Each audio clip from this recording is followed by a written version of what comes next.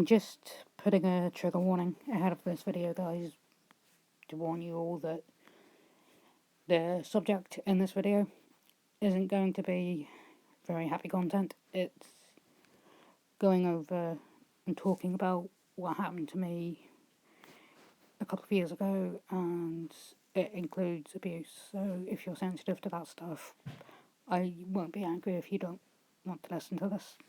Thank you. Hi guys. This is going to be very different from the Reborn videos I normally post. My very, very good friend D has sort of given me motivation, thank you. It's given me motivation to put more than just the Reborns on this channel, because yes, the Reborns are part of my life, but so are other things that I don't tell you all. So there's not going to be a Reborn in the video, but there is going to be a Keeler here. He is obviously husky, as you can see, or a wolf, whatever you want to call him. But yeah, what I'm going to talk about today is scars. And no, I don't mean one of the gangs in The Last of Us 2. I don't mean them. I mean physical scars. I mean mental scars.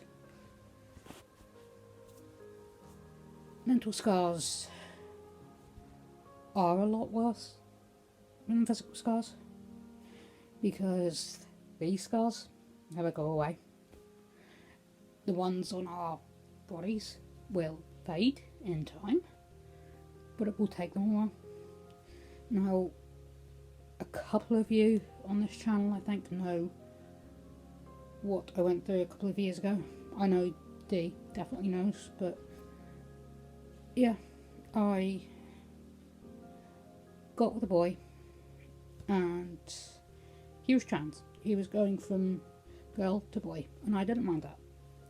But everything seemed great at first, but then when I started to go to see him, it changed. He changed.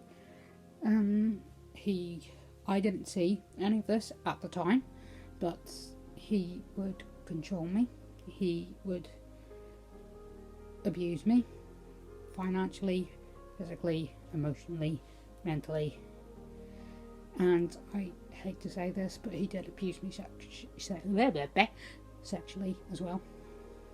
Now, this all happens this happened over a period of time, but it just chipped away and chipped away, and before I knew it, he did have me under control. He made me lose contact with my family, with my friends. He very successfully got me into a lot of money trouble, which I'm now thankfully out of, thanks to my mum.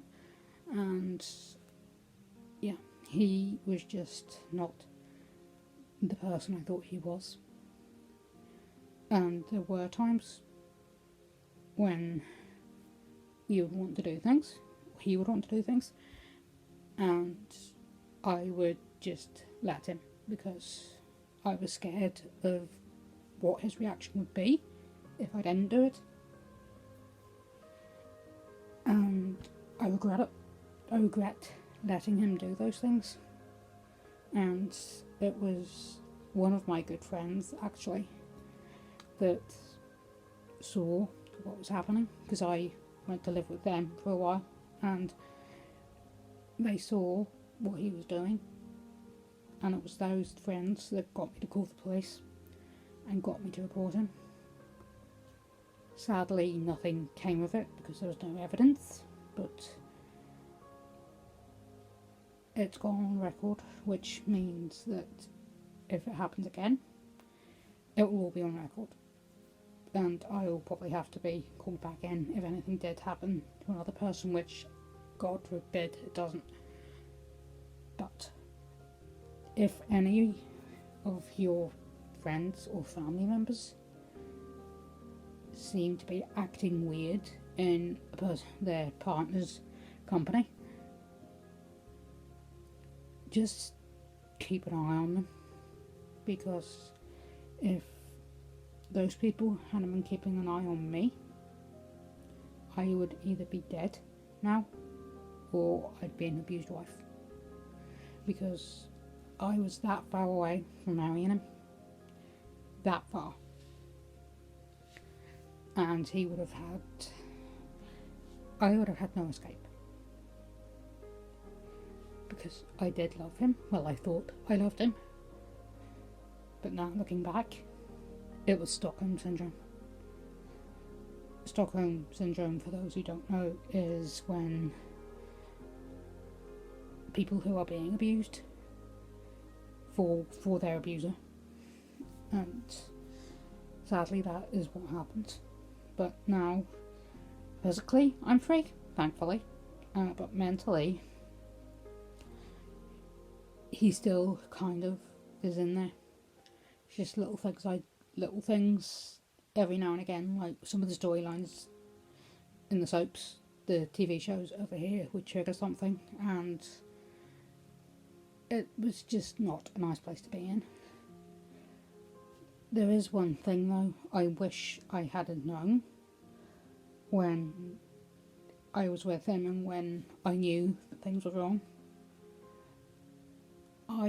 There is a system in place if you have to call the emergency services.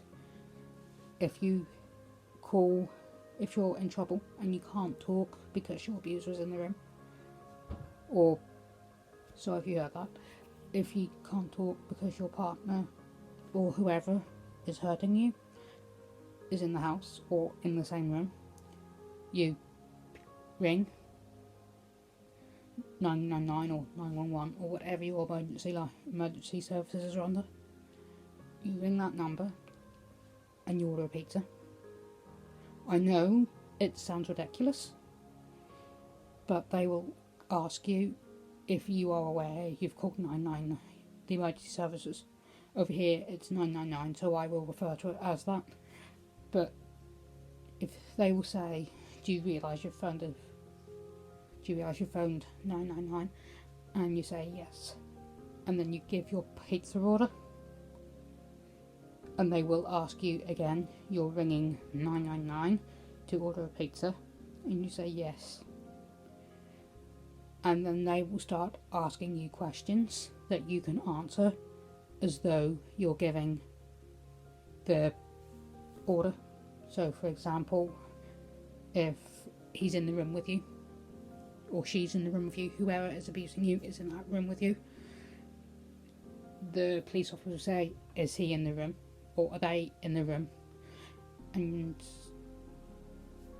no, sorry, they won't say that. They'll say something along the lines of how many people are in the house, and the reply, which I've seen, is the medium pepperoni big enough for 2 people? And so you're giving the person being abused is feeding information to the police without the abuser knowing. And you go through this, they handle it like any other 999 call, and you are going to be helped, but you act like you're ordering a pizza. Believe me, talking to the police is the hardest thing you will ever have to do. Because, 1, you have to relive it all. And 2, you have to prove it happened. You have to prove it happened and have them believe you. I'm not saying they didn't believe me, because they did. I think they did. And it was put on record, but I didn't do anything at the time because I didn't see it. So just be very careful, folks, and if anyone is watching this is in that situation, use that method. Use the emergency services, call your emergency services and ask to order a pizza. This I didn't know that line existed. Obviously, I knew the emergency services existed. I didn't know that I could call and... Sorry guys, I got interrupted. I didn't know I could call that number and order a pizza, and police officers would come to my aid. I didn't know. I wish I did, but I didn't. Now, I will leave links to stuff like to shelters and places that do help with people being abused, and if you could check them out, guys, and if you know anybody that you think is acting strangely or you fear might be being abused, please try and help them. I don't know how you could, but please, even if it's just rigging them and saying,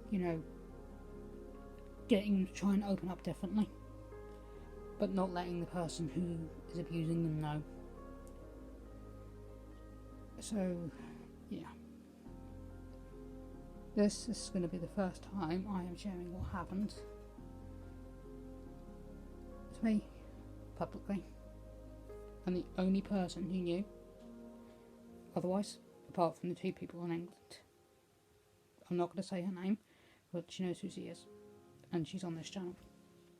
And it was her and those two people in England that helped me get free. Anyway, I'm going to go on and get those links. If you, like I said, if you think someone is being abused that you are worried about, please check in the links for more information, and just be safe, guys. Love you all.